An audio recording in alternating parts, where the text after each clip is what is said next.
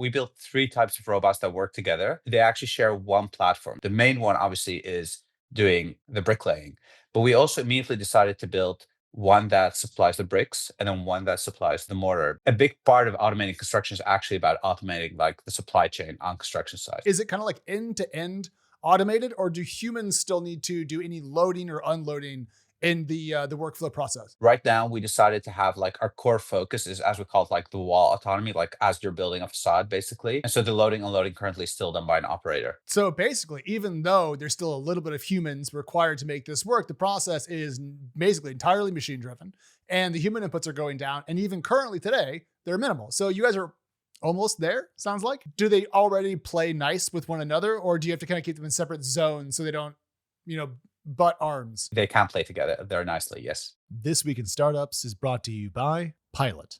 Focus on your product. Let Pilot handle your bookkeeping. Pilot provides the most reliable accounting, CFO, and tax services for startups and small businesses.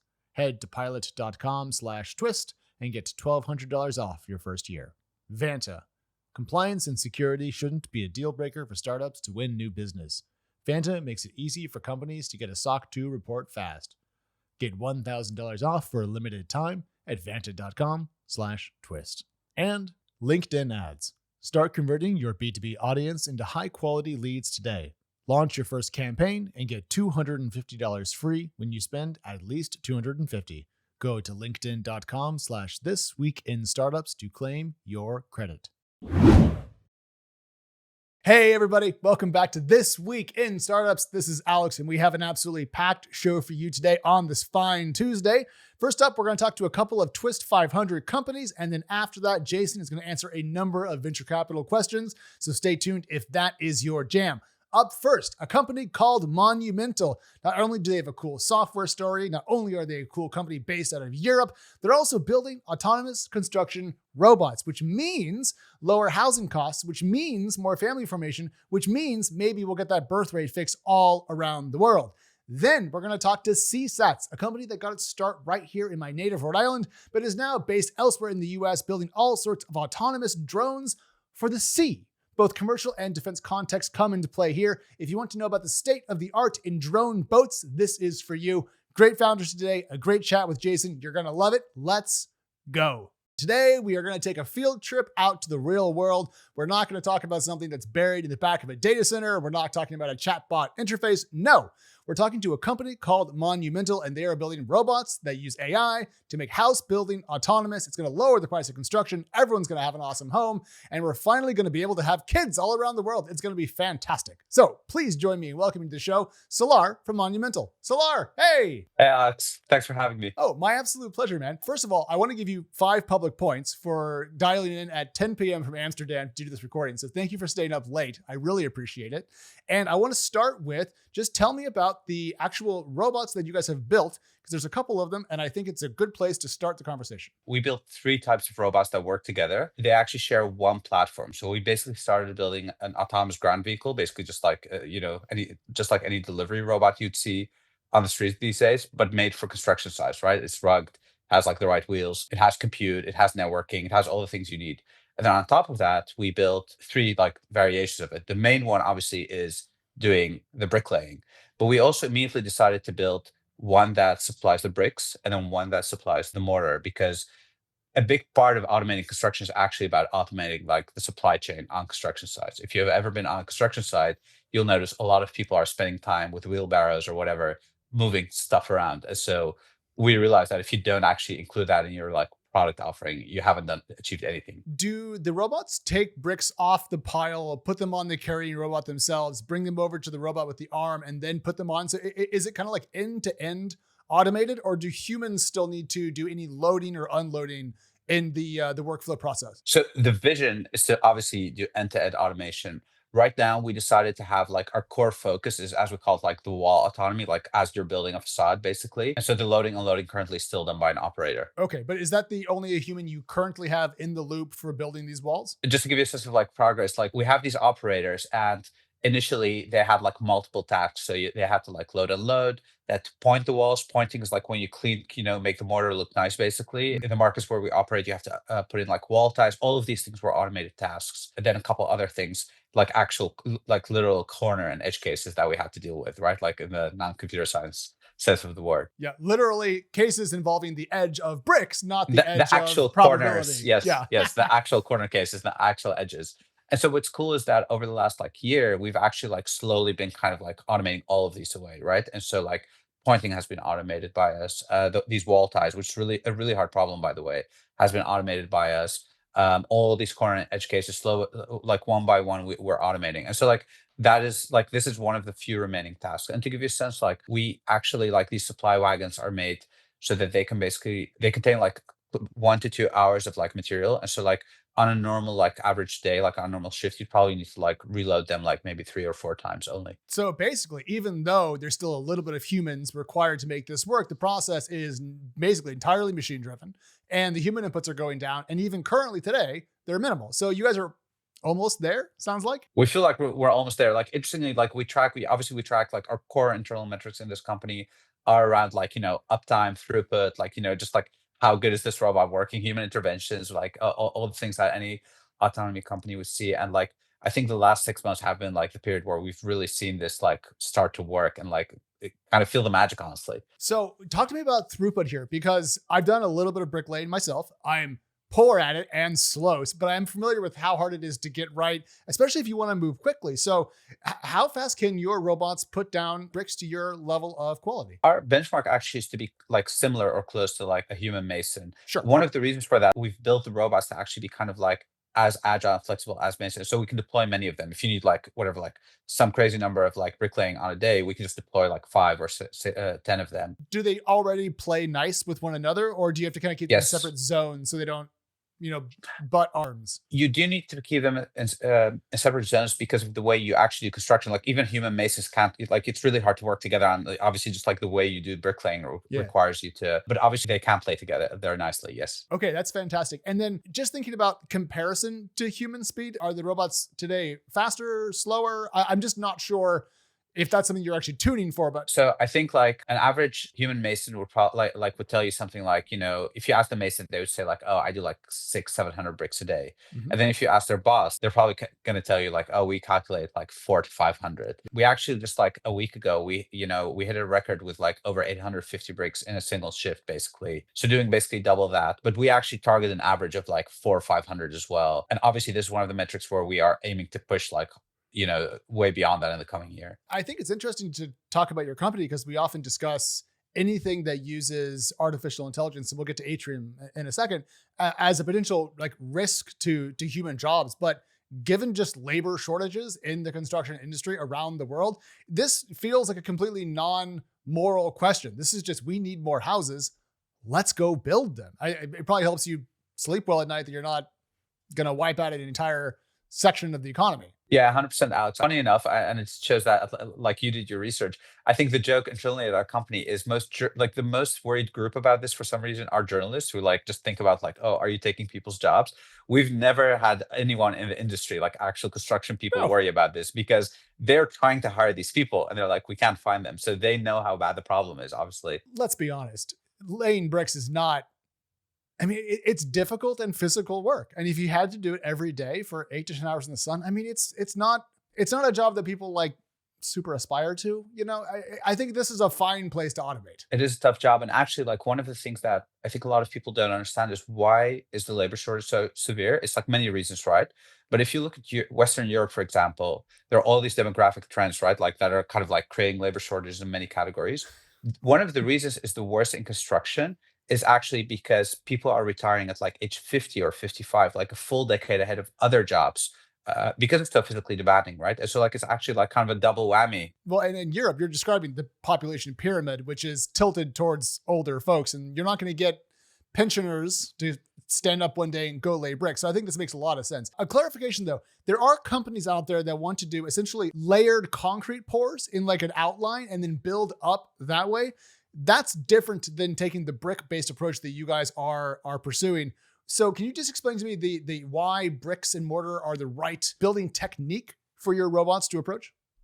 Founders, listen, if you've got a B2B company and you're marketing your product or service to other businesses, you need to use LinkedIn ads. Otherwise, you're wasting your time and you're wasting your money. LinkedIn isn't some random social network where everyone's using a fake name and posting nonsense. It's a network for professionals. LinkedIn knows who the big players are and who the key decision makers are in your vertical based on the data they're already collecting. Everyone's on LinkedIn. Me, you, everyone. The platform has more than 1 billion members, and that includes those 10 million C-suite executives. And that's the kind of reach you need to grow your business. LinkedIn's advertising tools aren't just throwing your messages around for anyone who's clicking. No, B2B marketers report 2.5 times higher returns on ad spend on LinkedIn compared to other social platforms. That's why my firm Launch advertises our own projects on LinkedIn. We want to reach people who are actually doing exciting work at real companies, not randos, not bots, not trolls, real executives. So here's your call to action. We've got a special offer just for Twist listeners. Launch your first campaign and get $250 free when you spend at least $250. That's one for one. Go to linkedin.com/thisweekinstartups to claim your credit. linkedin.com/thisweekinstartups.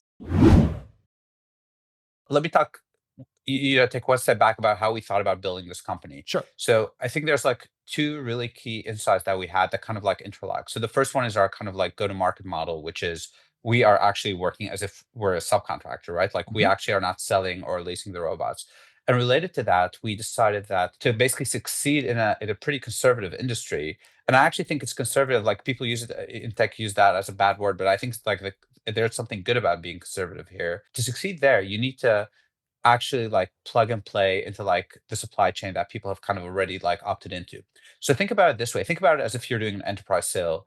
And imagine if I would come to you, like you're buying a house and you're like an average kind of like, it's gonna be the biggest purchase of your life, right? For sure. Are you gonna bet on a new material that has like not been used or like has not been used for more than a couple of years that might have not had like, or just had like some whatever like fire safety or like sound insulation certification, or like how comfortable would you buy that home for the next 50 years? If you're a real estate developer, how comfortable are you going to be to like bet on a whatever 100 house development using new materials? My point is not that I'm skeptical of these materials, by the way, but think about the kind of person who's making these decisions. Think about the entire value chain, everyone, like every stakeholder, the architect, the developer, maybe like regulators. Yeah. Everyone, when you're using new materials, is going to be like, I'm not sure. And so you get so many headwinds, right, as you're trying to do something new. And so we decided to basically not change anything in this equation. And then within that framework, bricks and mortar suddenly make a lot of sense for many reasons, right? Like it, Tried and true. I mean, we've been using bricks yes, and mortar as a species for ever. millennia, Yeah. yeah, literally millennia, yes. Okay, so that makes a lot of sense to me. But you actually brought up something else that I really wanted to touch on, which is just the business model here. When I talk to companies that are building robots most of the time, they are looking to sell them, or maybe in early production, they might do some kind of lease or partnerships. But you guys seem to want to take on the actual jobs yourself. So talk to me about the economics of that. It seems from where I sit, Solar, probably wrong, but expensive and difficult. So it's actually the other way around. So I have a theory, like, you're taking on operational complexity. Let me start with that, right? Like, there's Sure. definitely a downside to doing this. And I think, interestingly, that's actually true for a lot of companies I respect that are very successful, right? You could argue the same thing about like, why is Uber not just licensing their tech to taxi companies? Why are they dealing with regulators and like, actually like having all this pool? Why is Amazon running their fulfillment centers and doing like last mile delivery? I think Sure. it is actually like it is very, very difficult. I'm not, we don't think it's going to be easy, but I actually think this is the game you need to play if you want to build like a really, really large company. So, but why does it work? I actually think in construction, this might be for other things, it is easier to get, a 50 or 500K contract if it's basically project cost, right? Like if they're going to basically funnel 500K to subcontractor and you're basically doing the same job as that subcontractor, a contract like a general contractor will be very comfortable funneling that money to you, that amount of money, if they feel like you're going to do the job, like just, if you can deliver it. But if you try to sell them a robot, then it's probably 18 times as hard. Exactly. If you're like, hey, outside, from your own like kind of like profit and loss, do you want to pay like 5K for this SaaS product, or do you want to pay 5K to license this robot? It's going to be really, really hard to sell, interestingly, right? For kind of obvious reasons, as I'm saying this, I think you kind Yeah. of get it. But Yeah. like, And I think that, so is it expensive? I'm not sure. You actually get access to like much bigger revenue streams. Again, you take on operational complexity. And then if your fundamental product works, so if you get the autonomy metrics right, you actually, we believe we actually will see like software like margins on these massive revenue numbers. I think that's where it's going to get really, really exciting. Like we're already seeing kind of like 50 to 60% gross margin on what we're doing. And we have like visibility towards like 80 to 90% gross margin. And so again, like that is what autonomy is supposed to do, right? Right. And you can compare this to like Waymo cars as well, right? Like, they could license this to other companies, but like, why do they do it? If it works, it's going to be like a really good business. Well, in the case of Waymo, I feel like, and also Uber, I feel like they were taking on the regulatory complexity, essentially as a way to make it a viable option.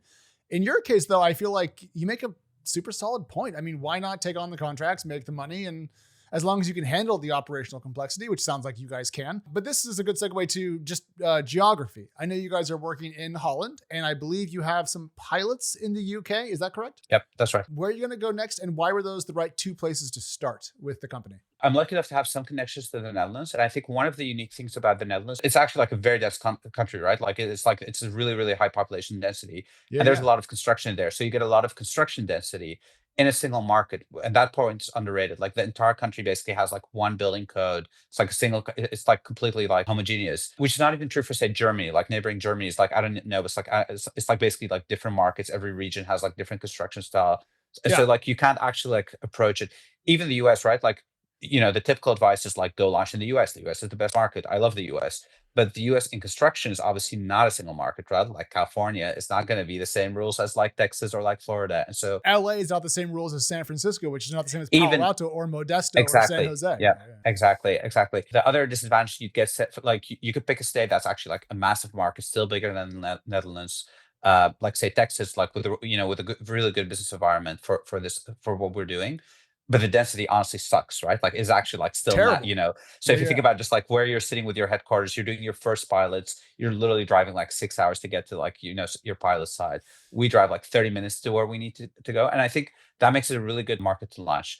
Obviously, we will still go to the US, but I think in terms of just like sequencing and staging your company, we feel pretty good about the sequencing we pick. I didn't think you were going to come to the US. I was just curious why the UK over a continental country, just given where Holland is. So the UK actually has the most from all. So the honest answer is just like traction. We've just like had insane inbound. We don't do any sales. We don't do marketing. We literally have contractors emailing us is like, hey, when can you come to like when can you help us? We get contractors who send us drawings of projects. Like here's a school. Here's like, can you just do this for free? And we've had that the most from the UK.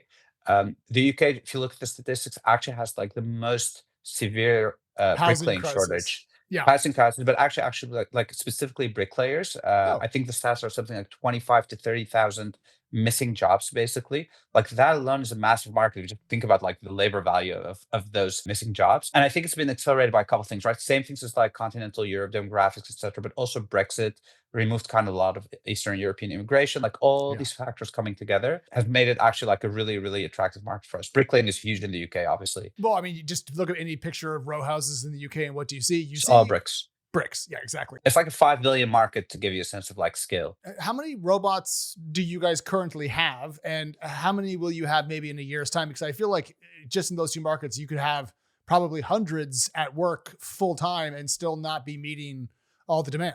Early this year, we were like sub 10 robots. We were still kind of like in the early phases. We're Sure. now at like 25 to 30. Like we're literally bringing online like the next kind of like batch of 5 as we speak. We target by the end of the year to go to 40, but like we're actually starting to invest, which takes some time towards kind of like the next big leap where we're going to go into like hundreds, like triple digit kind of like fleet, but towards like end of next year.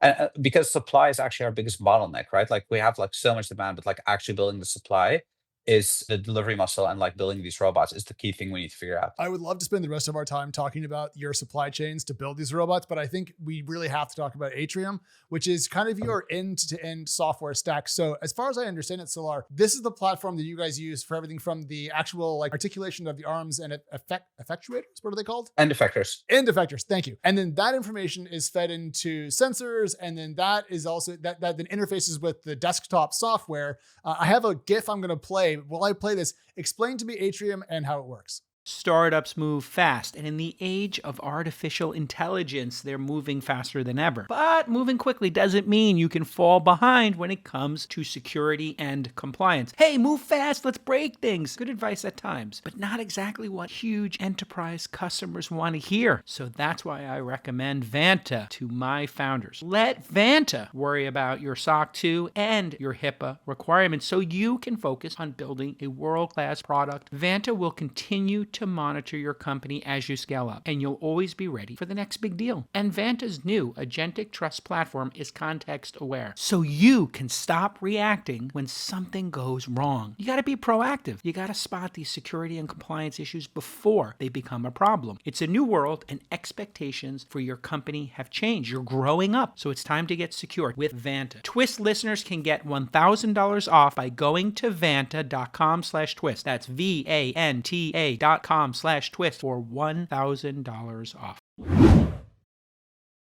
You actually explained really well. Atrium does like a couple of different things. The thing you need to understand about construction, which makes it different from everything else, like all the other robotic applications, is you do pick, which is similar to warehouses, but the place is really hard. You need to know where to be in physical space, in an unstructured space, and that every object goes to a new location, right? Like to where like an architect draws it. You need to have a full semantic understanding of what you're building. Like, does the next brick go next to the current one, the Uh-huh. one you just placed, or is there like a window frame? That actually like just answering where does the next brick go requires you to understand the entire building basically. And so all of that has been modeled into Atrium, all of the robot kinematics, all the autonomy code that drives the robots around, like all these factors are built in there. But then it's actually also like basically our data loop. So you build a wall, you lay a brick, you want to know if it's good. So there's like a vision system that actually looks at the brick, sees if the quality is good, if the mortar is good, if it literally measures like all the kind of like every pose of the brick.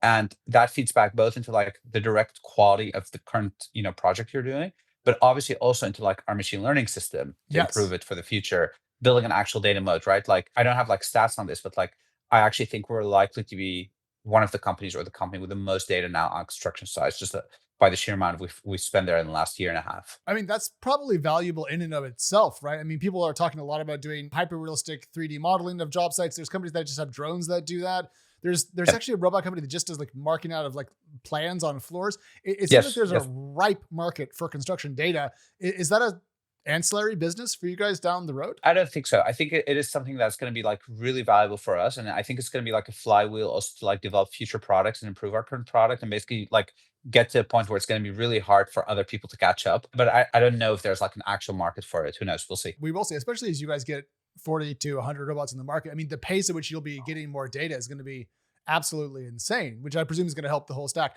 So, which was harder to make, the actual physical robots that do the bricklaying, or was it harder to make the software that works from the robot all the way up to the human level? So I'll tell you this. Interestingly, I think the hardest thing is the intersection of those two things. So I think that the joke that we run in the office is that if someone is serious about robotics, like whether it's like you're hiring someone, or if they become completely obsessed with the boring, kind of seemingly boring question of calibration, which is where these two things come together. So you Yes. build hardware, you can kind of get something working very quickly. You can build software and you can kind of get something working pretty quickly. Then you try to run it, you're like off by like 3 millimeters here. There's like a small angle here. Like, why is that? And then you kind of like go into this rabbit hole where like again these two things intersect. And that is like I think I feel like we've kind of like collectively had like, as a company like the most pain or like whatever like in that section. And because it's kind of like cross-functional between these two roles, it's actually really hard to even know like who you're gonna put to work to fix that problem. So I read somewhere on your guys' site that you can do sub millimeter placement of bricks now. And so I presume that with that level of precision, you guys have been chewing in glass for a long time to Yes. get that right. How far were the tolerances to begin with? How fast did they come down to that sub millimeter level? What we've seen is it's not even about like it's not like we went from 3 to 1 millimeters. To give you a sense of like how complicated this turned out to be. So I'll give you two examples. One is we do this thing called 3D reconstruction, right? To map a three structure site, similar to what you just described. Had you asked me a year ago, I would have said like we already got it to like sub-millimeter precision. It works. Like literally, Uh-huh. like we were just like it works. We felt good about it. And then we started going from like small pilots to bigger size, and we were doing like 100 feet kind of like walls. And then as we were doing that, we actually started regressing, and then we got like warping. Like we actually still had like precision, but then suddenly like in the middle, if there was be like a big window frame or some feature like featureless plane, we started to get kind of like weird inaccuracies, or like literally like straight lines would not be straight anymore, to like millimeter level. We have actually at some point built a wall that was not straight as we were building. It's like, what is going on there? And then we discovered it was not the robot. It was actually our 3D model of the world. Solving those things is so hard. Oh, Actually, even just like interesting. finding, and I actually think this is one of those things that is underrated. If you have this problem, like who else does this? Like people who work on augmented reality. But when they have this problem, they can just ignore it. Like you don't care about like a 2 millimeter issue. But if you're building a wall, a straight wall that's supposed to be there for 100 years, you will care. So you need to get it right. And then the other example is just like, I feel like temperature affects everything, right? Like camera calibration. So like that's been also like a continuous issue from like a tech stack. Does that mean that the robots don't work as well in extreme heat and extreme cold? I don't think that's the right way to think about it. It just means you need to like collect more data. And so like you can, maybe you calibrated them at one data point and now you have to calibrate it like 10 data points, like at different temperatures, or you need to make sure you're like, when you're snapshotting a picture at different temperatures, you're not comparing them like for like, right? Like it's more about that kind of nuance, which is all just like more code, more logic, more complexity. We Yeah. just need to deal with it. So you guys are based in, as far as I can tell, kind of the city center of Amsterdam. You're right there in the Yes. middle of one of Europe's most beautiful urban centers. I bring that up because some people say that there's less capital available to companies in the European market. And I'm just curious, as you guys work on building out your robotic fleet, it sounds expensive. Do you guys have access to enough funds? What's the climate like over there? The first thing I'd say is I don't think of our company as a capital intensive company. I think one of the things kind of like I have to explain to like investors, the VCs, is there's a default model of like, oh, hardware, it must be capital intensive. Meanwhile, you look at like all these software businesses that literally raised billions to get to like IPO, and then you look at SpaceX, who I think raised only 1 billion to get to the point, and like from capital markets to get to Yeah. the point that they got, right? Like the cost of our robots is not insanely expensive. Their payback time is really good. I would start with saying it is not that capital intensive.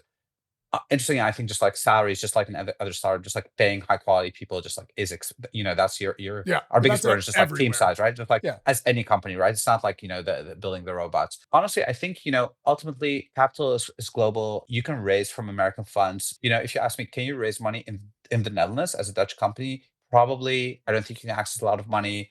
I don't think you're gonna get the best kind of investors and board members. I don't think you need to do that, right? Like there's plenty of like great funds in London, in the rest of Europe, but also in the US. And some of these funds actively operate in Europe with like European offices. Some don't.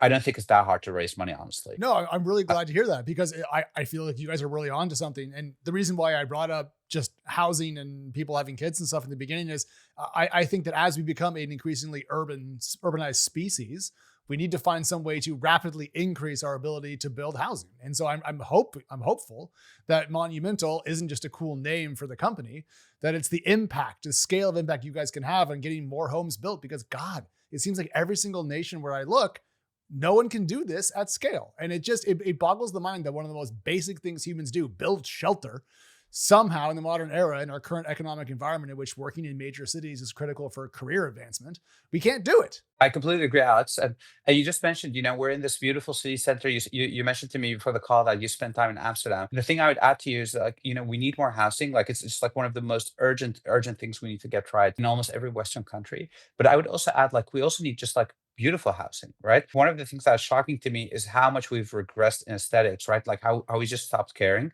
It kind of makes sense, right? Like if you don't have food, you're not going to look for, you're not going to be kind of like picky about the food you need, right? Like if you're hungry, if you don't have housing, you're not going to be picky Yeah. about the aesthetics of your house. But to me, that's actually like a sign of poverty in a way, right?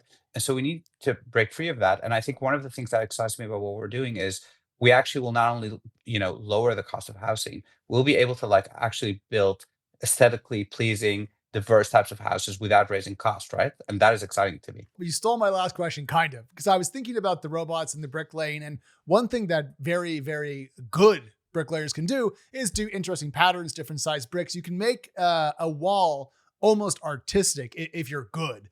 And it seems like, based on the GIFs and images that I've seen, you guys are doing kind of standard wall creation today, but it doesn't seem like it'd be impossible to down the road be able to do some kind of more aesthetically pleasing, more artistic bricklaying.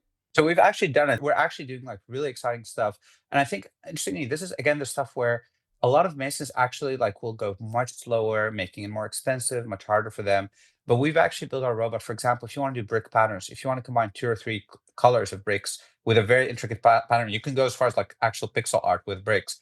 The robot's not going to be slower. It's not going to get more expensive.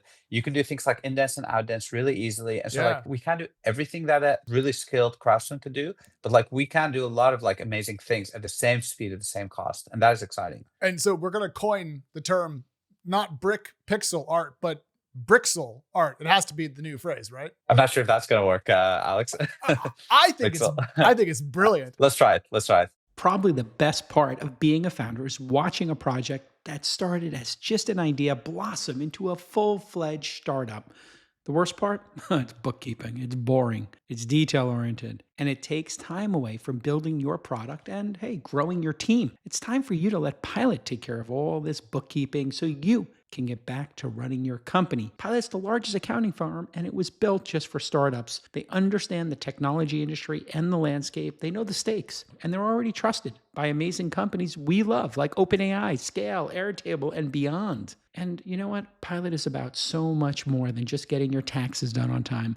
Pilot has a smart dashboard that puts all the essential metrics your startup is tracking at your fingertip. And they have helpful advisors who can walk you through crucial financial decisions you're going to need to make in the coming years. Plus, when it's time to raise your next round, Pilot COO and CFO services are there to help. So it's time to focus on your company and let Pilot handle the books. And Twist listeners get $1,200 off their first year. Just go to pilot.com/twist to get started.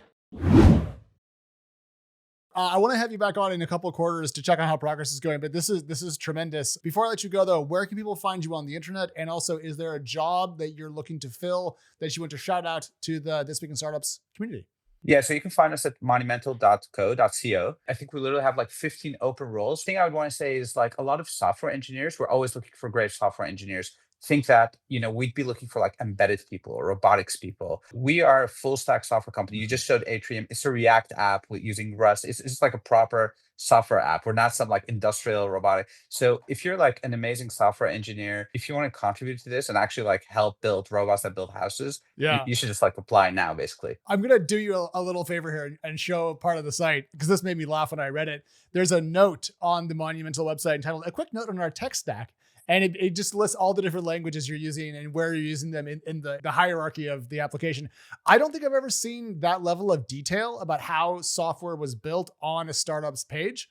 It was pretty cool. I like that, Salar. Thank you for doing that. Thank you. All right. Well, thank you so much. Monumental.co, part of the Twist 500, one of the awesomest companies in the world. Shout out Holland. Salar, we'll see you soon. Thank you. Thanks for having me, Alex. On the show, we love to talk about drones, usually in the sky, sometimes underneath the water, but there is a class of startups out there building drones that sit right on top of the ocean. One of them is called Seasats, short for Sea Satellites, and I'm going to learn lots today about dual-use technologies, reindustrializing America, and also when can I buy one? Please welcome to the show. It's Mike Flanigan, co-founder and CEO of Seasats. It's really good to be on here. Thanks for having me, and excited to talk about the world of maritime drones. I have sailing merit badge, sir, so I'm a literal expert in all the... I kid. I want to actually go back in time, though, and not talk about the company to start, because if you rewind the clock, you and some buds were sitting in Tiverton, Rhode Island, very close to where I live, and you were working on a crazy science project that ended up leading to the company. So just for fun, tell us that story. This story, in many ways, Seasats has been a journey of technology disruption, technology innovation, going to directly like solve customer problems or end user problems. But then really like you have all these things are driven by like global collisions, like technology change, making new opportunity. This absolutely happened for us in this childhood story. The Scout Transatlantic project, if anyone wants to go Google Scout Transatlantic autonomous boat. It's really cool. I recommend you. I did this earlier today. Fantastic. Do it. There are fun stories out there. It was like, to the end there, it's like this was basically a garage project, a couple of kids doing something just on the side out of like passion and kind of like intellectual curiosity, pushing the limits of what's possible with like consumer hobby grade tech. And it really went viral. Describe the challenge. Yeah, so the challenge was to send an autonomous boat from Rhode Island all the way to Spain, like across the entire, yeah, exactly. Go Rhode Islanders. Great maritime states, grew up around the water. And yeah, we wanted to send this little autonomous boat across the whole ocean, just pulling in solar power, charging its batteries, spinning its propeller, sending back updates over satellite, and across the whole ocean. I mean, this is something that had never been done. There's a Transat. There's a many-year running competition to do this, and I don't know how many years it went, like 5 or 10 years. of teams trying every year and always failing. So this was a huge project for us. Talk to me about how you kind of went from there to founding the company. The Scout project actually like propelled our trajectories, our career trajectories. So I was the youngest person on the team at the time, so I was still in school. That project spanned 2.5 years. Yeah. So I was going through engineering classes and like all of this like was really clicking. I was like, oh, this is why we do this. So I started changing my own career interests based on that project. And what I saw is like applied engineering. Several of our other team members went off to work for various places like America's Cup teams. And Dylan, our now CTO at Seasats, went on to help start Ocean Aero, another USV company. So It really kind of propelled us all into this space. Take that forward another, 5, 10 years. I guess that was 15 years ago now. We started Seasats 5 years ago. When we started Seasats, we really were like, hey, a lot of the companies in this space, the first gens kind of are doing incredible work that, we're standing on the shoulders of giants, et cetera, technology development. But like the wave gliders, the sail drones, a lot of these companies were very first gen. They were kind of like these weird products that were hard to use. You had to know a ton about sailing or about like be a deep mariner to get any value out of it. And even then it was really complicated. Yeah. So we were like, hey, let's build Seasats. Let's make this easier, more scalable. Let's hammer in on like an iPhone style product. Like let's make drones easy to use in the ocean. That's where I want to start because you have two models kind of currently in market, the Lightfish and Quickfish, both of which I think have solar panels and bring in some power and such. But it's the autonomy element that I want to start with because you guys talk about how you can train people up in like 3 days to use these boats. In my experience with anything on the water, it's very tedious and difficult, and not to be mean, but like it's tricky. So what did you guys build and what did you invent to make it possible to have these drone boats that are so easy for basically anybody to pick up and get ready to go with? 2 days. That's our standard training. 2-day course, start to finish. Industry standard is like 2 weeks to give, audiences who don't know like a frame of reference. So it's like we're cutting that dramatically. And then take that even further. We've done stuff where it's like, hey, 2 days if you need, you're a boat owner, you're going to use all the different features. I've personally trained people who are doing like harbor security applications in like 3 to 4 minutes where I'm like, okay, this guy has very little time. I'm going to teach him the basics of how to drive the car in a video game style thing through our remote interface.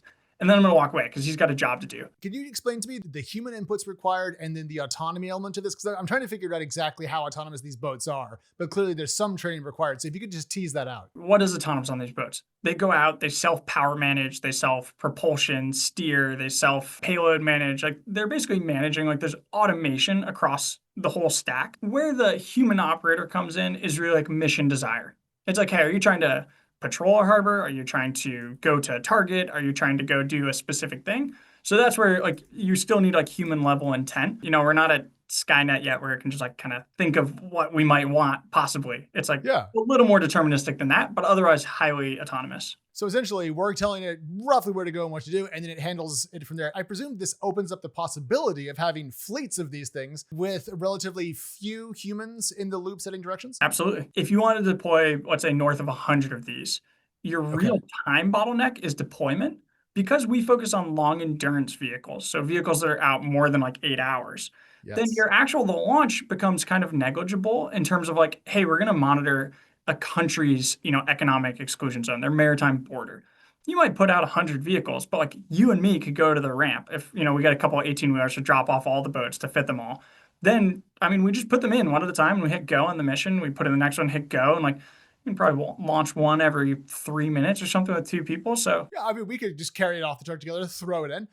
So the ability to be out for a long period of time is made possible by charging while it's out on the ocean is my understanding of this. My other thing that I know is that we don't put solar panels on the top of EVs because they just wouldn't really add enough juice to make it economically viable. Why is that different when we're on the ocean? Excellent question. Yeah, so autonomous vehicles like a Tesla, I think is driving around with like 100 kilowatt hours of stored energy. Their motors are typically, I don't know exactly, but I'm guessing it's like a 50 to 100 plus kilowatt motor. Yeah. We're talking extremely efficient electronics. Like we're talking like, even though it's a big vehicle, it's like a 12-foot vehicle, it's able to go carry significant payloads, long ranges. It's all combining lots of optimized electronics. So we're talking about watts, tens of watts, hundreds of watts to run usually like high power payloads. We might be carrying like, surveying, mapping sonars are pretty high power, a couple 100 watts. So we've got solar and then also a hybrid generator system.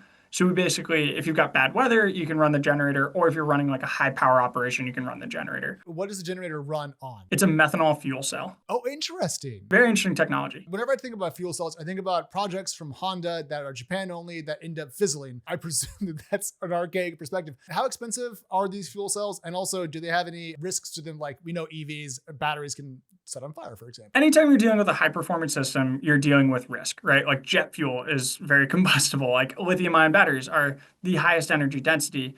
Several times, like our Navy customers are like, can we go to lead acids? It's like, okay, here's the performance hit. And they're like, okay, Right. we'll deal with the, if you want good things, they're going to be pointy. Like your Ferrari can go fast. It can also wreck hard. So the fuel cell is definitely not fizzled out. I won't say too much because it's a little bit of like, it's out there in the world. People could go buy it, but it's a reliable product. It's a great system. We did a lot of engineering to work it into our products so that our customers, it really solves the range anxiety issue. Because like for solar, to get multi-month performance, you have to optimize a ton to get the power right. So we've done that. But then even so, like you might have 2 weeks of bad weather. A customer is using their boat, they get down to 50% payload or battery. They might be like, hey, send it home.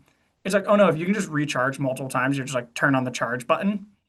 And even they don't even have to do that. It's automated. It's like the boat is like, hey, I'm going to turn on the charge button. When you have one of these fuel cells on, let's say the Lightfish, which is the smaller of your two boats, it's more like 12 feet versus 17 feet, I think, for the Quickfish memory serves. Okay. So if I had no solar power whatsoever and the batteries or the system needed juice, how many times could the power cell charge it back up? Depending on the configuration, like 4 to 10 times. Oh, okay, great. That answers all those questions. Yeah, a lot of times, like from zero. Imagine being able to charge your Tesla battery. You're like, oh, I didn't quite make it to my spot. But you're like, recharge, it's not super fast, but you're like, I can recharge. I thought you were going to say 0.5 times, and then I was going to have a series of follow-up questions, but 4 to 10, good. We'll move on. Single-use combustion stuff, the energy density is very high compared to batteries, even though battery technology's improved dramatically.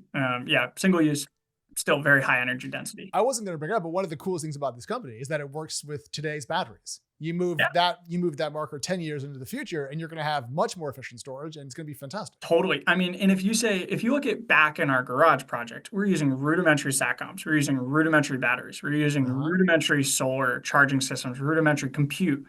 Everything now, like over 15 years of working in this space, is like has gotten better. And then when you're working in the space of combining these into combining them into really clean, beautiful, usable products. Because like you were saying, like just because you've got all this great stuff does not mean the interface, you can't train someone in 3 minutes because you've got great batteries.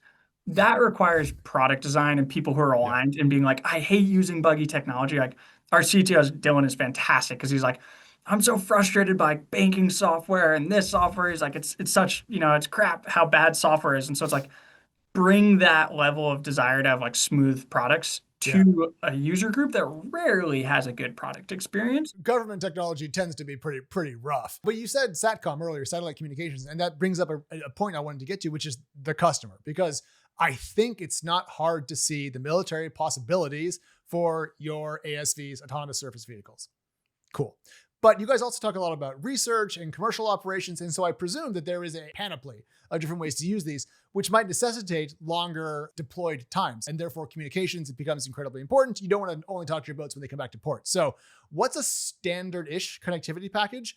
And what do your customers do with that? I would say standard connectivity package, we're connecting across high bandwidth satellite connection or like satellite constellations to older constellations that are kind of mid bandwidth to the oldest constellations that are like breadcrumb bandwidth. And then the boats are also able to connect to like local, like other boats. You can use them in fleets. We've done that. Can you coordinate their movement based on? We have like some rudimentary coordination, but we really focus on like extremely good vessel autonomy because there's quite a few players focusing on like coordinated swarms. Like, I mean, like the government's working on it. Anduril's working on it. L3Harris is working on it. Like there's people, really smart people working on like, how do I get good individual assets, planes, boats, submarines, ground vehicles, manned assets, troops on the ground to fuse together into a big complicated picture to like affect an outcome?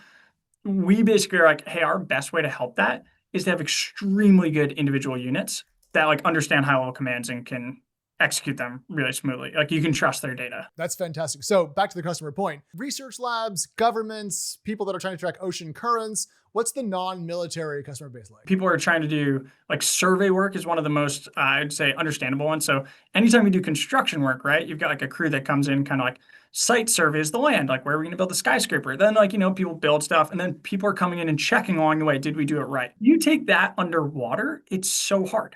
It's invisible. So like you need to build a bridge piling. You need to like lay a pipeline or a cable, an internet cable. Well, we don't really know what's down there. We've got some old chart from, the 1800s that some guy lead lined. So it's like, okay, you need to know what it looks like today. Then you need to know, dig the trench. Then we lay the thing. Then we need to say, like, is it right? And then 2 years later after a storm, or like a month later after the storm, every hurricane season down south, you need to go check and say, like, is this infrastructure still okay? Or do we need to go do something to fix it?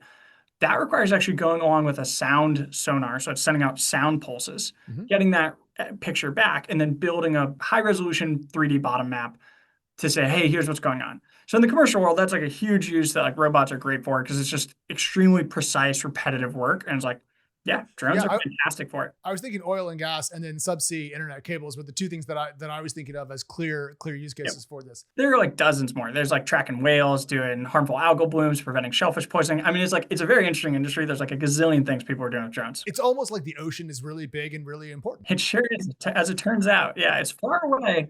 Not many people think about it because it's like, oh, out to sea. But it's like actually like the whole world is getting kind of fed by the ocean. Those people live in Nebraska. Like those of us who have lived near the ocean, I used to live in San Francisco and now I live in Providence. I'm close to this other ocean now. It's pretty important stuff. Let's talk about manufacturing. You guys are based down in San Diego, as we discussed before the show, close to the El Segundo area. But I'm curious why that was the right place to build the company. And then also, how has it been working on products that I presume can't have an enormous footprint of Chinese-made supply? So I would say the two things there. San Diego is a great city for this work. It just has an amazing intersection of like leading scientific institutions like the Scripps Oceanographic Institution, a really big military presence in terms of like Navy Special Warfare's headquarters is here. I think one of the biggest like aircraft carrier, hubs in the world. So huge military presence. Everyone kind of understands working with the military and what that brings to, the city and the nation.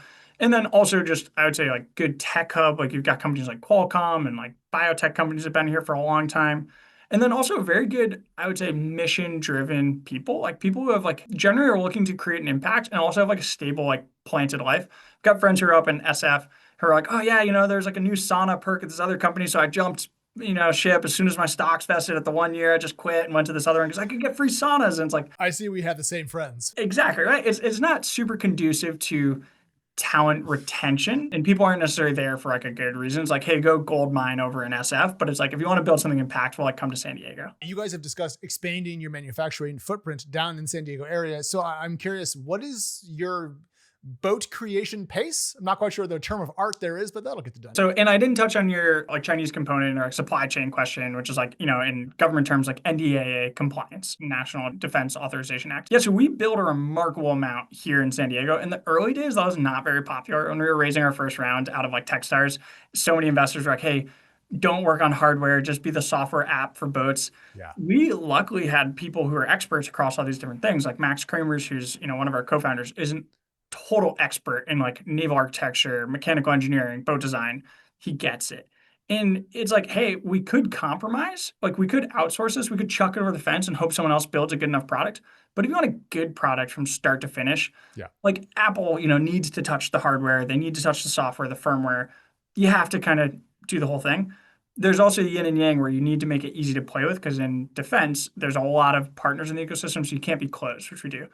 Anyway, so we own a lot of our supply chain. Honestly, getting off of Chinese components, it's a challenge. You have to meet defense requirements, and we might start with a prototype component, and it's like, hey, this component is $100 or $80, and it's mass manufactured for consumer users.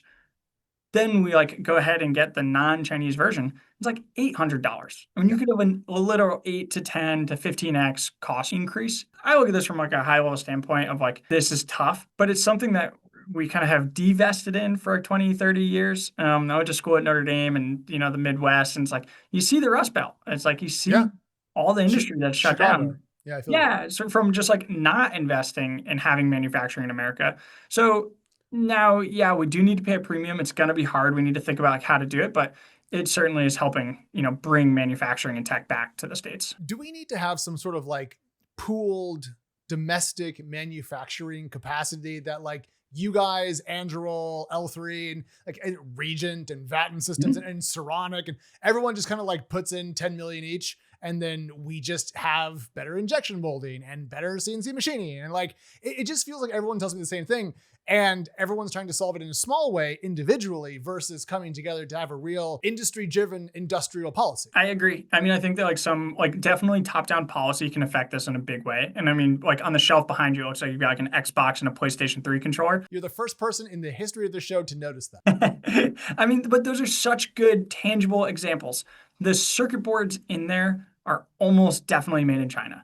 Oh, and 100%. It's not that we can't build them here, but we do need to invest and incentivize companies to build up that flexible manufacturing capability so that, us, Anduril, Saronic, Vatten, everyone can source their components that are not that exquisite from a US company instead of going to China. Do you think the government's doing enough right now to support this? Because I'm actually pretty bullish, not just on your company, but the entire, like, we might say generation of hard tech companies that I think you're a part of. And I'm just curious if in our currently volatile political system, Congress and the executive branch are able to actually do enough to support here, or if there's lots of room for more activity from them. That is a good question. I don't think we should adopt kind of like authoritarian like styles like China has done, but I do just want to comment on the effectiveness of some of their policy. Like when we were starting this company, I was learning about the regulations. I was like, oh, that's pretty, controlling. Then I read about like why does Chinese battery tech like rule the kind of whole place? And it's like, oh, they had a smog problem, like an air quality problem. So they're like, you know what, we're gonna roll out that you can only drive like IC, like internal combustion cars, certain days of the week. If you have an EV, an electric vehicle, you can drive all the day. And then they're like, hey, and if you're gonna build EVs in China, you have to have a certain percent domestic manufactured. And it was like really high. So like Tesla and all these companies went and just like I forget the name of the company, but there's a battery cell company that went from like a nobody to today's biggest battery provider in the world in a couple of years. If anyone's curious why we don't just ape that here in the States, it's because it leads to perverse incentives, and you know about the manufacturing glut. That's why you get the term involution regarding Chinese cost cutting, and you get industrial deflation. Thank you for saying that, Alex, because I've referenced that once or twice, and no one has really articulated like that flip downside. There's clearly a downside, so I'm not saying we should do that, but No. It's a good lesson for us that like, hey, top-down regulation can work. It really can change things. You have to be careful about what happens, but it's like if you want to drive change, if a government sets the policy, all the companies will react. Sure. I mean, we have this through CAFE, like fuel economy standards and so forth. And we have industrial policy in the form of tax rebates for EVs, or did until recently. I just would like for you to say, you know what, Alex, actually, it's so easy to get out Chinese parts because there's so many great options here in the States. I can build 10 times as many boats as I could last year because I'm drowning in machinery. That's what I want, because then there'll be more flexibility to innovate because you won't be worried so much about getting the freaking parts you need. It's true. And, it is better like for the optimistic side of this, like it's better today than years ago. It's like things are getting better. There are people who like all the time we're getting contacted by suppliers who are like, hey, we have this new clever way to do composites. We've got this new clever way to do batteries. We're trying to get into this game. And it's like, that's great. I mean, there's a lot of disruption happening. I think people see the need now, which is really good. How many boats can you guys build per month, per quarter, whatever the right time of reference there is? We've got the capacity to go into the hundreds. So, I mean, the nice thing here is per year, I would say. The difference here between, I've got a background working in like consumer goods and medical and then automotive, working for like a consulting automation company. So I had the privilege of going inside of a lot of American factories, helping them automate and increase throughput. Those are the scales of what's possible. Maritime right now is way below that. So I really enjoy it from Seasats perspective. Like we're much closer to consumer goods or to automotive than we are to shipbuilding. The new like kind of like shipbuilding pushes I think are great. And like people going after the medium-sized USVs is very interesting. Those are big bets. Yeah. But for small ASVs, the reason we like them is we can proliferate them very quickly, very capital efficiently. And we build a lot of them. And I mean, you get really good effects from. And just to be clear, we're describing this basically up to 17-foot boats as small. So in the USV world, these are the Fiat 500s of the USVs. Yeah, totally. These things are very small. I mean, the Navy is very used to ships are big ships, boats are submarines, and like our size of thing like hardly registers. Yeah, you guys are like a pimple or something, like incredibly small. What does that fly on the water? However, it's changed. I mean, the power of small things has changed. Like Ukraine used small USVs, 15 to 20 something feet, to completely drive the Russian naval fleet out of the Black Sea without putting anyone on the water. They did in other places, but I mean, asymmetric effect, small robots against big ships. The fight was a KO. But when I think about the future of warfare, I think about not just Ukraine, I think about future conflicts around Taiwan, and it's going to be a drone-based battle in a large way. And I do think that, and I'm not saying that you guys are selling them to Taiwan, but like I could see equipment like the Quickfish, I keep getting them mixed up in my head, which has a built-in payload area, it seems like, according to the drawings, play an enormous impact. And they don't have to be big. They can be small as long as they can carry what they need. In fact, size might be a net negative. Actually, I love that you said that. Our thoughts are the smallest platform you can make that does the mission capability is what you want, because that's the best for stealth. It's the best for cost equation. It's the best for manufacturing, logistics. Like you get all these benefits by being small. Yeah. Make it just as big as you need for the specific mission. Are we still behind? Because I think what the Ukrainian war, or the Russian war of aggression in Ukraine, whatever you want to call it, really showed us that we were behind on flying drones, that our domestic supply chains were crap, that we were just behind the curve on the future of warfare and so forth. But I keep talking to people like yourself who are building autonomous naval vehicles, either above or below the sea, but like it feels pretty quick. And so are we doing good enough today, or are we still playing catch up? Yeah, that's a good question. You can look at this from two different standpoints. Like you can look at this from warfare, or you can look at this from operational impact. And it's like we're a dual use company. We do scientific work, we do survey work, we do and we work for militaries around the world. On that side, like Seasats is one of the leaders. Like even some of the companies that have raised huge sums of money, like they don't have fleets of boats around doing like real value add or positive ROI work, which is one of the problems with these like humanoid robotic companies right now. Is people are like, it can fold laundry, but it's like the ROI is wildly negative. So it's like, yeah, $50K to fold laundry is something that, the billionaires can afford. But currently I'm still going to either do it myself or pay someone $20 an hour to do it. Exactly. And so you've got that problem in maritime too. It's like, okay, you can build a multi-million-dollar vehicle. That's very cool. But no company in the commercial space is going to pay for that because it's just ridiculous. And so it's like, we build a more affordable vehicle. It does, commercial sales. It does commercial positive ROI work for our customers. It also is very useful for defense and militaries, and they can scale it and use it in these very asymmetric ways. Yeah. In terms of operational capability, I would say that the U.S. has incredible technology. So I think we're probably ahead, probably the leaders in many areas in maritime. Ukraine definitely has, they have the pressing need of being in an all-out war where it absolutely matters. And they're totally the leaders in terms of operationalizing USVs in warfare. I mean, no one's done what they've done. No, and that's why it's still a nation. Yeah, exactly. To their credit. Yeah. There's another company based out of Rhode Island that I talked to recently called Regent, and they're making essentially electric boat, hover, glide planes for regional transit. And they kind of blew my mind because they're like, we can get you to New York from Providence in like an hour and a half. It's going to be quick and you don't have to go through the TSA. And I was like, oh my God, this is fantastic. Prepping for our chat today, I was really curious, like, when can I go to the harbor here in Providence and put something into one of these boats that you make and just ship it down the seaboard? Because it strikes me as like, why would I need UPS when I could just have my own or a shared local community Uber style rental of a lightfish? So you're talking shipping of like packages and goods, right? Sure. Why not? Or myself, or a baby, or a bike. I don't know. It just seems so cool that we have these boats that can go so far, so autonomously, and they're so small and easy to serve. Nice. One of our customers sent, I think, like a bottle of bourbon or something across an entire ocean. It's not in the public yet, so maybe we'll hear about that. But yeah, I would say, it is true. Some of our products that we've looked at right now, the shipping industry, because they're in a very safe commercial space, they're essentially protected by the US and many allies against piracy, against, adversarial nations. Because of a total safety bubble, they've slowly expanded the ships from like, the mega tankers to the super mega tankers to the super mega Uber tankers, because it's basically like efficiency of economics. You just put it on. The downside is now to get anything across the world, like we do a lot of international shipping. To get one of our boats, it's only like a pretty small wooden crate, a couple 100 pounds, to get it to where we want it.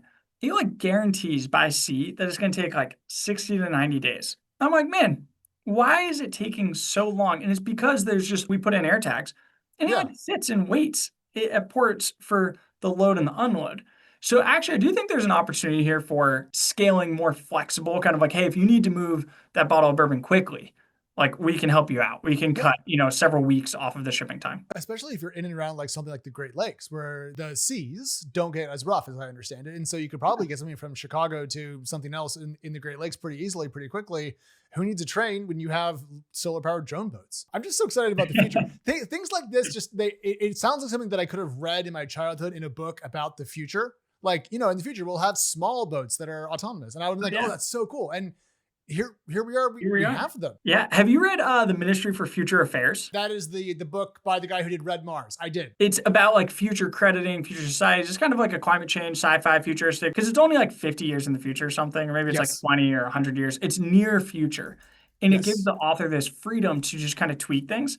And one thing I loved is like, he actually plays out, he or she, I forget who the author is, plays out. It's Kim Stanley Robinson, KSR. Nice. With like amazing stuff on small drones, on maritime drones. There's like a bunch of stuff where it's... Well, the weapon that you're describing it's a missile that doesn't impact itself. Instead, it breaks into like 10,000 little missiles. And then there's Unstoppable, I think I forget what they call them, but it's a swarm weapon of a type.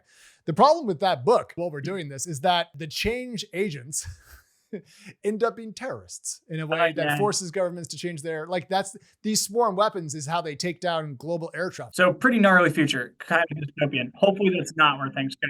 But it's a good point that, what we're dealing with right now, there's a lot of people, that I talk to who are in the counter UXS, counter anything autonomous, anything drone.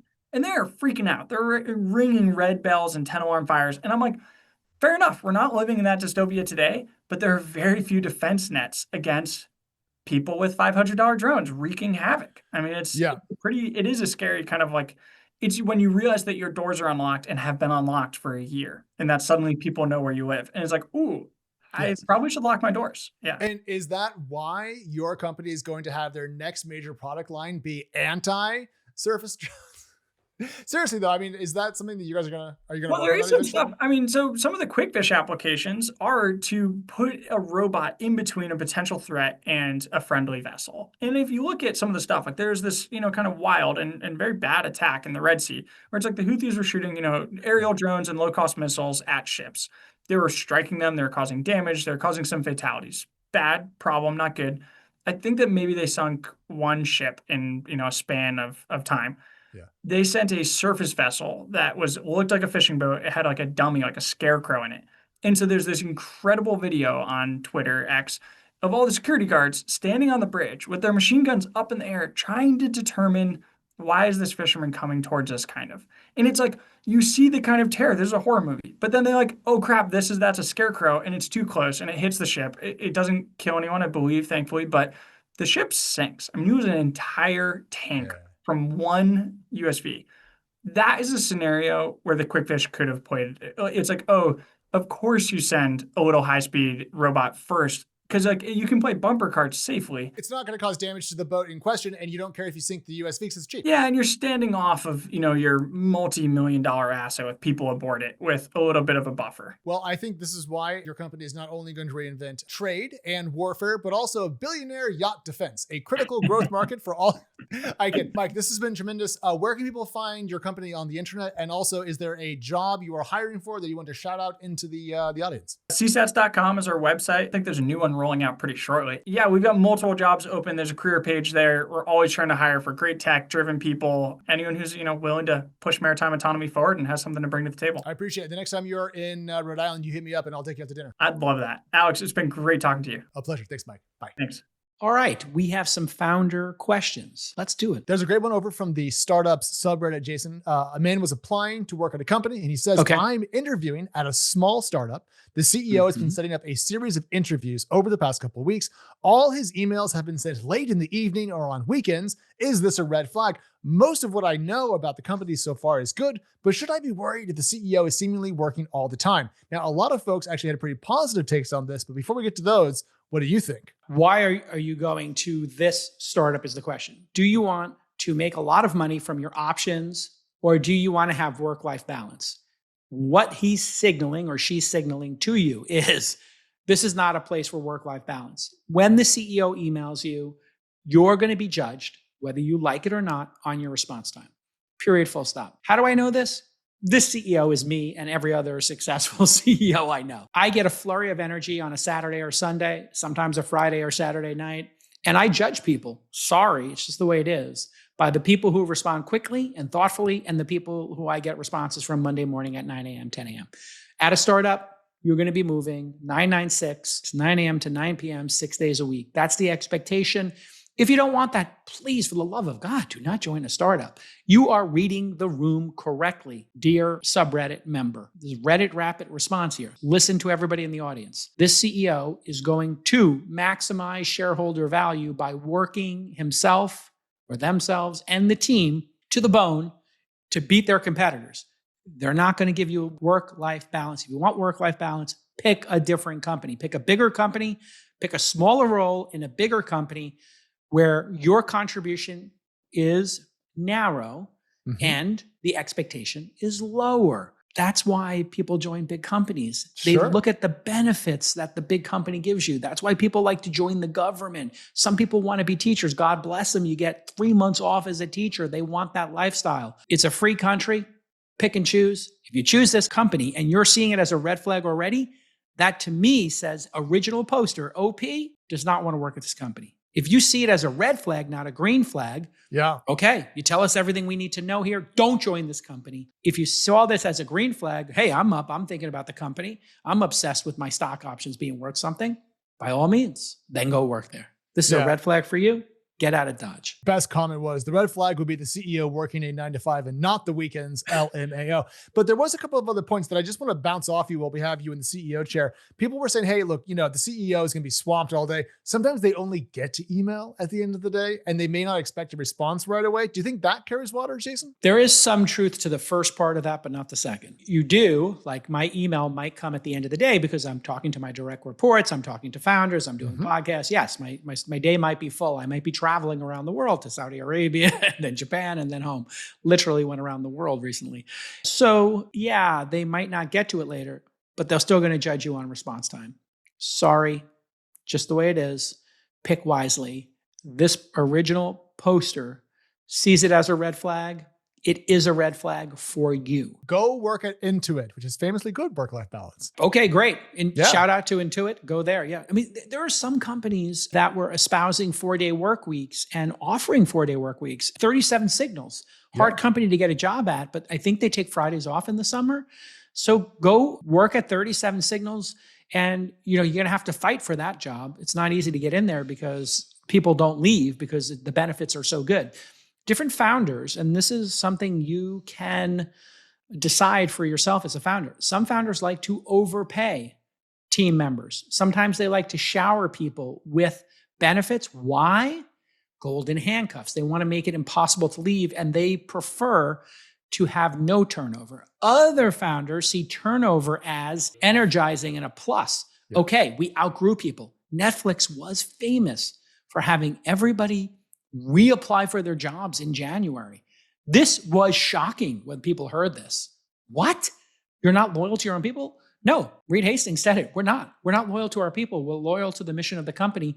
If you can't provide and explain how you're going to provide value in January, then okay, then you shouldn't be here. It's a sports team. And a sports team, analogy is going to be cutthroat and you're going to get cut. So do not join this company under any circumstances. Corollary to this is make sure you understand your equity package and don't 996 for a company where you have $4 in potential future equity, because that's not where you want to spend your time. Another good point. You would want to know your strike price. You're going to want to know how many shares are outstanding, and you have the ability to ask those questions. And if you do, people are going to say, okay, this person's thoughtful. So if they say, we're going to give you 10,000 shares, you say, okay, is that 10,000 of a million shares and it's 1% of the company, or is it 10,000 of a billion shares? I would like to know. And okay, I understand I have common shares. Can you explain to me, just broad strokes, the preference stack? This company's been around for 5 years. You've raised $300 million. That last $100 million that came in at a $1 billion valuation, do they have a 3x liquidation preference? What are the general terms? Now, they might say that's confidential, we can't explain it. Then what you could say is, okay, if everything converted, here's the little secret. Let's say we IPO'd at a $10 billion valuation. Okay. We're currently worth $1 billion. We IPO at $10 billion and I have 100,000 shares. How many fully diluted shares would there be if everybody converted to common at 10 billion? Can you just run that scenario for me? And then you would actually know. Because what happens at an IPO is all the preferred shares, all the common shares become one class of shares, essentially common. So the preferred converts into common. Everybody has the same style of shares for the IPO. And their preference goes away because there's a liquidation that's about to occur in the public market. So therefore, everybody gets the same shares. This is generally what happens. And so then you would know the total number of shares, because if they did have a liquidation preference, if they did get a multiple on their shares, if they did get interest on their shares, that would be done in the calculation. And they could say, yeah, you went from having 1% ownership to having 0.5% ownership because of the liquidation preferences. And you would actually understand, $10 billion company, I own 1%. I have 100 million. I own 0.10%. I have 10 million. You could just literally do that, man. If a startup CEO or the hiring manager in question is really coy about that information, Jason, how much of a red flag is that to the potential employee? Yeah, if you can't get the denominator at the very least, or the ballpark denominator, and there's not a discussion about this, that means there's probably other people who are flying blind in the company. Oof. And yeah, that would be a red flag. Okay. Generally speaking, people know what their percentage ownership is of the company, and they do this math all day long. So if you were going to Uber in the early days, you would understand like roughly what your percentage ownership was. And then when new dilution occurred, they would just say, hey, that new round we're doing is going to be about 15% dilution. So if you owned 1%, you own 15, you own 0.85. All right. Next question is about pink and red flags. Jason, this is a rubric that you introduced to me, that there are sometimes a red flag at a company, sometimes a pink flag in between. I came across a tweet from Ankur Nagpal. He's the CEO of a startup, and he said this, which I thought was very interesting. Hot take: startup founders using company credit card points for personal travel is low-level fraud. Now, I had that same position for a long time. There's a long tradition in this space, points, of companies like, the Visas of the world, marketing to employees to use their cards so that they can get personal travel. I have always had the position like, well, that is then a bribe to like run up the bills. And in fact, when I was at Sony Corporation, a lifetime ago, people would pick more expensive flights on purpose so that they could earn more points. And they would say, well, what's the limit for my cross-country flight? And they'd say, the limit is $8,000. You're in business class, you're an SVP. They'd say, okay, I need to book my ticket later because I'll get more points. Just torching cash. Torching the company's money. And then they would say, which hotel can I stay at that would get me the most points? Because I do 5 trips a year, I get those points, and then that's how I pay for my family's vacation, is I use those points to pay for my family vacation. So yes, it is the most modest of pink flags. I have always taken the approach. Now, if you own your company, you don't have investors, well, then the owner can do what they want with the points, right? Like, so if this is your company, this is for venture-backed founders. For a venture-backed founder, you should be saying, hey, everybody use this card. So if you think the American Express Platinum, or you think the Robinhood card, that gets money back, or the Platinum card that gets you, upgrades, or I have the United cards from Chase. I also have the Platinum card. Those ones seem to, according to my peeps, get you the most rewards. By all means, you do that. And then you use those to get free hotels for business travel, et cetera. It is just a tiny little pink flag. Yeah, it's a little integrity test. That's what I was curious about, was the integrity element. Because you talk a lot about how if you make a small mistake and someone catches it, then they're going to have less trust in your ability to make 100% decisions. Yeah. So it fits into that. All right. Next up, we're going to talk about a company called Cursor. You may have heard of it. I think they just reached like $2.3 billion round at a hot new valuation. But everyone's not talking about that. Instead, they're buzzing about how Cursor hires. We talk a lot in this podcast about how to retain the right people. Well, the way Cursor goes about it, it's a little bit different. There's a piece in Colossus, a well-known kind of technology magazine of sorts, that discusses this. I'm going to pull it up and talk you through it. What is Colossus? People have been telling me about Colossus. I think I've been pitched a couple of times on having the founder on podcasts and stuff like that. What is Colossus? It is a print magazine. I think it's quarterly. It comes out and does, I would say, friendly profiles of people in and around the technology industry. It became, I think, best known for its Jared Kushner Thrive Capital. I I'm not going to say profile because that implies journalism. And I don't think that's really the goal here. I think it's more like insider is my guess. They're pro tech and less hard hitting journalism. Yeah. And like that, I'm not trying to like throw stones here. I'm just trying to like put it into context. This is not like we're going to call someone up and really put it to them. This is more like, what are our friends doing?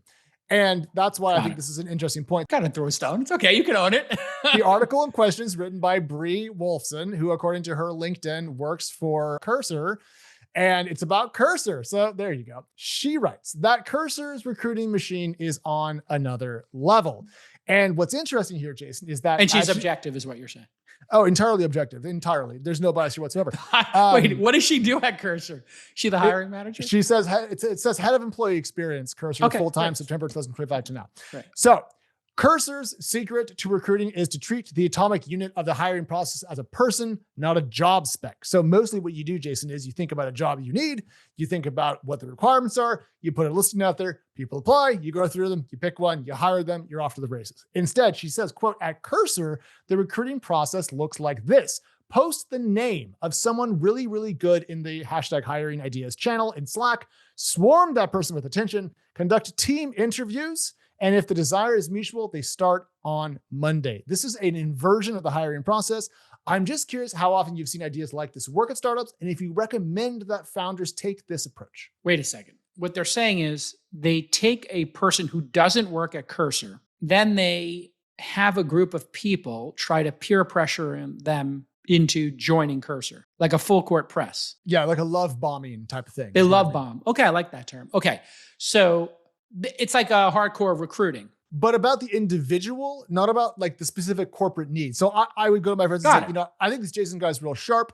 He doesn't fit any of our current job openings, but I really think we should get him on the team. This to me is almost like how a venture capital firm might hire like a new partner versus like hiring for a traditional startup. But Cursor is high impact, 300 people or so, and they're doing, I think, $1 billion in ARR. So clearly it works. This exists in the NBA. So when Donovan Mitchell was going to be available, I think he was playing in Utah or something. And Donovan Mitchell, known as Spider, he's an NBA guard, right? And he's currently with the Cleveland Cavaliers.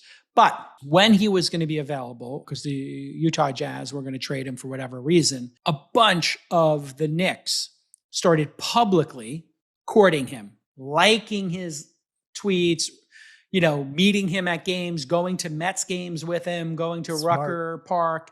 They just did a full court press to try to recruit him. They failed because the general manager of the Utah Jazz hates the Knicks, and he purposely sent him to Utah, where he's done very well. And, the Knicks didn't get Spider. And it was kind of a bummer, but we're the best team in the East, so it is what it is. So I like this strategy, actually. I think it's a great strategy. Also, hiring extremely talented people is something where if you have extraordinary resources, you'll find something for to do. So I like that as well. In the NBA, you pick in the draft the most talented person, not the person you need most. So let's say you have a great point guard on your team. Okay. And another great point guard comes up, or you have a great shooting guard and then another shooting guard comes up, and you just take the best person. Why? Because the difference between the best person in the draft and the next best person could be the difference between like LeBron James or Kobe Bryant and somebody whose name you don't recognize when I say it. Yes. You always draft the most talented person. So I love this advice. I think it's great advice. And I think showing people love with 5 or 6 different people, love bombing them or recruiting them or full court press, great idea. Works in sports, works in venture capital for partnerships. Why wouldn't you? At one point, there was a venture capital firm who watched This Week in Startups. They needed a new partner and they came at me hard. And that's actually happened twice in my career, where people were like, hey, join us. We, together, you have This Week in Startups, you plug it into our $1 billion franchise, boom. Even to this day, people are like, oh, Founder University, This Week in Startups. You've really conquered that media thing. Look at Andreessen Horowitz started Speedrun. Pear VC has their summer program. Sequoia has the ARC program. People have looked at the things, and Sequoia has a podcast, Crucible Moments. A6 E16C hired Eric, who I guess was talking about this, Torenberg, Yeah. to lead their content. So those things have just naturally happened, right? This is actually happening to me now. People want Oh. me to leave Twist and go start something to talk about their portcos. And it's interesting. Yes, every venture firm wants a podcast plugged in. It is absolutely the right way to go. Yeah, I think it's great. For the back to Colossus, the publication, having insiders write about their strategies is great service journalism, but it's not objective journalism. So you are correct. What if you're a founder of a company, Jason, that isn't growing at 3x per year? What if you're at our friend from Familify, right? And he is in the wilderness, right? This hiring approach probably wouldn't work that well, is my guess. This strikes me as you're growing like a rocket ship and you have lots of cash strategy. Well, every company has something to offer. The company that doesn't have product market fit yet has higher equity and more responsibility and the joy of going from 0 to 1. And that's what they're offering. So you're just offering something different. If you looked at Cursor in year 0, hey, we know that somebody is going to crack making developers 10 times more efficient, and that should be us. We can offer you 5% and you could be a co-founder. Like you could actually in year 0 offer the co-founder title. Hey, we've got 2 co-founders. We're willing to add a third. If you join us, those 2 people go and they recruit them or her. That happens all the time, actually. You're just offering a different package. Great idea. All right, Jason, one more thing before we let you go. Bilal Zuberi of Red Glass Ventures, previously I think he was over at Lux, has some advice for the early VCs in the world. And I wanted to get your take on this. So Bilal writes, "Dear young VCs, 2 cents from me. Stop going to so many conferences. You may not realize it, but you're likely meeting the same people again and again. And instead of having your own perspective, you're essentially repeating consensus views on the same few startups and business models that everyone already likes to discuss."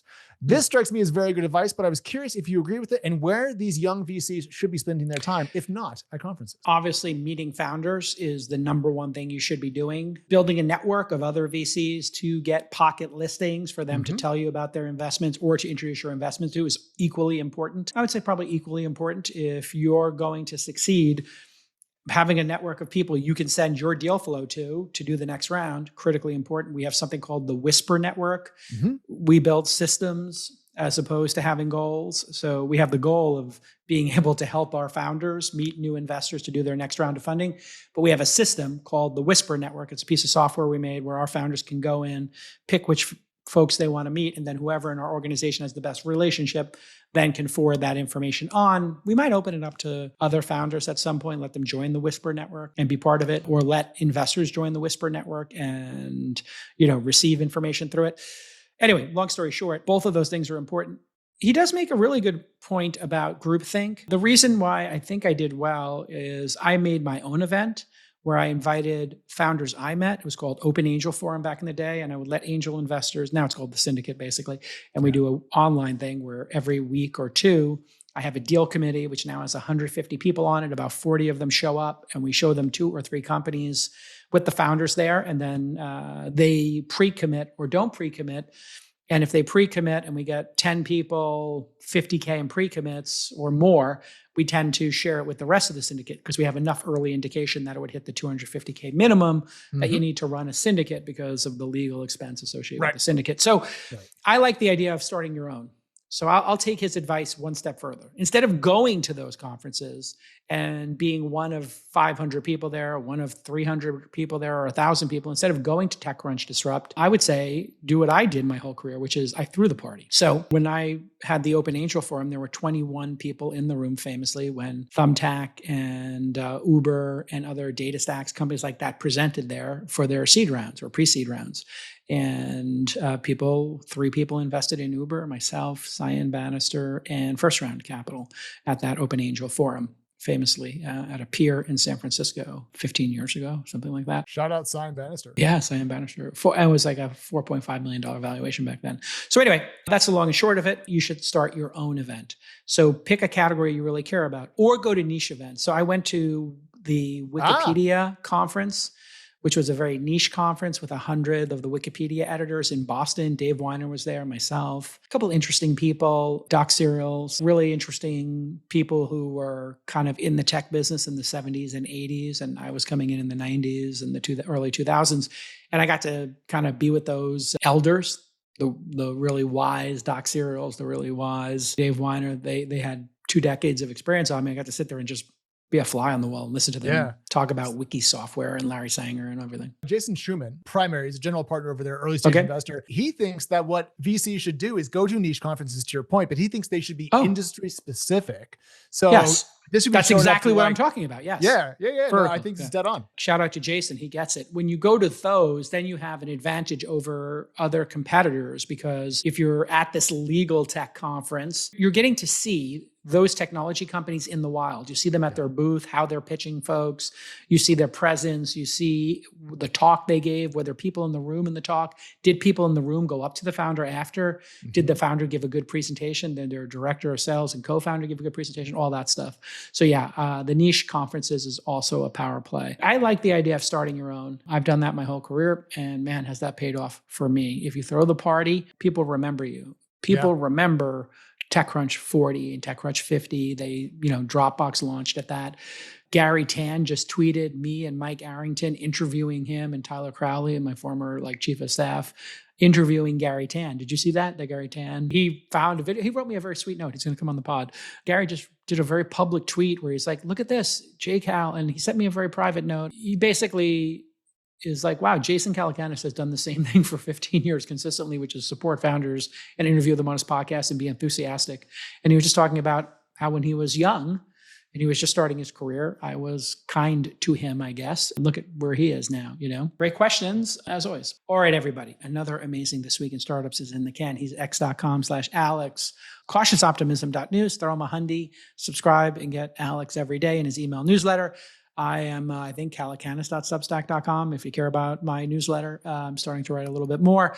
And most importantly, write a review or put a comment, screenshot it, and send it to the team at thisweekinstartups.com, or DM it to us, and we will shout you out at the end of the episode. If you post a really great comment, if you post a really great review, we'll shout you and your company out. We'll give you a little promo for your company for free at the end of the show. If you write a review or post an intelligent comment on Spotify and YouTube, and you can write reviews. We'll see you next time. Bye-bye.